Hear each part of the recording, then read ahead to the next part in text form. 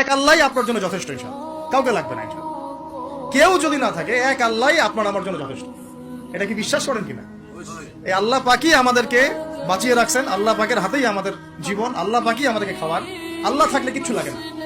আর যার আল্লাহ নাই, সারা দুনিয়া মিলেও তাকে সুখ দিতে পারবে না, তার কিছুই করতে পারবে না। এখন আসলে আমাদের সাথে আল্লাহ আছে কিনা একটু নিজেরাই বুঝতে পারবো। আসলে আল্লাহ পাকের সাথে আমার সম্পর্ক কেমন?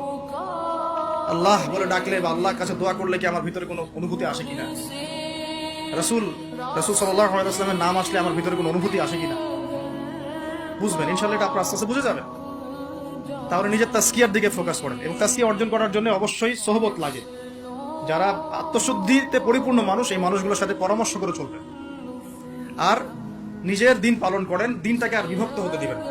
যারাই বিভক্তির দিকে নিয়ে যায় এদেরকে বয়কট করবেন, মিশবেনই না এদের সাথে।